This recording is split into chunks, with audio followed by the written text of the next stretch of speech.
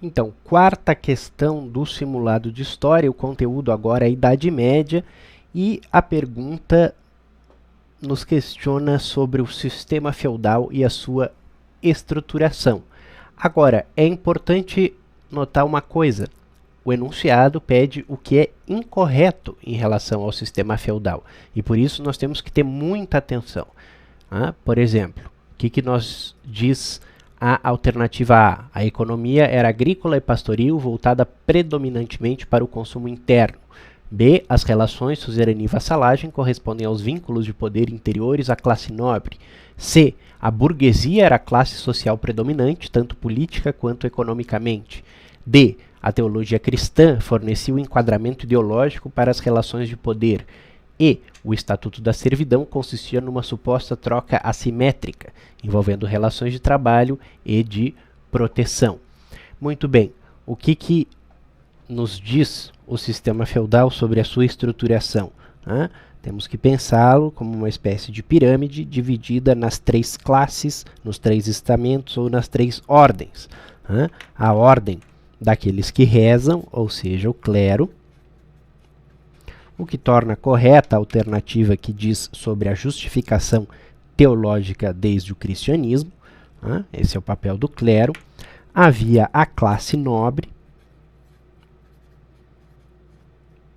aqueles que faziam a guerra e aqueles que detinham a maior parte das terras, os proprietários, que detinham isso por direito consuetudinário e que estabeleciam relações dentro da sua classe, ou seja, as relações entre os nobres eram regidas pela lógica de suzerania e vassalagem. O que torna correta também a alternativa que coloca esta questão.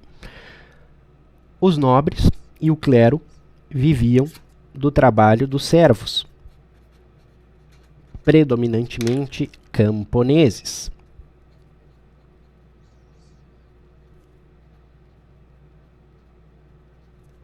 Com os quais estabeleciam as chamadas relações de senhorio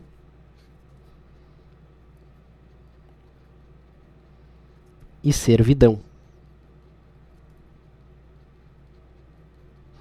que era uma espécie de troca, ou seja, estes davam para as classes superiores o seu trabalho em troca de proteção. Bom, existe aquela alternativa que fala sobre a burguesia. O que era a burguesia? A burguesia é um estamento novo que surge dentro da pirâmide feudal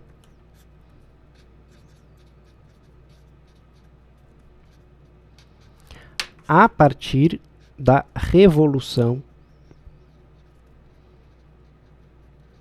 Comercial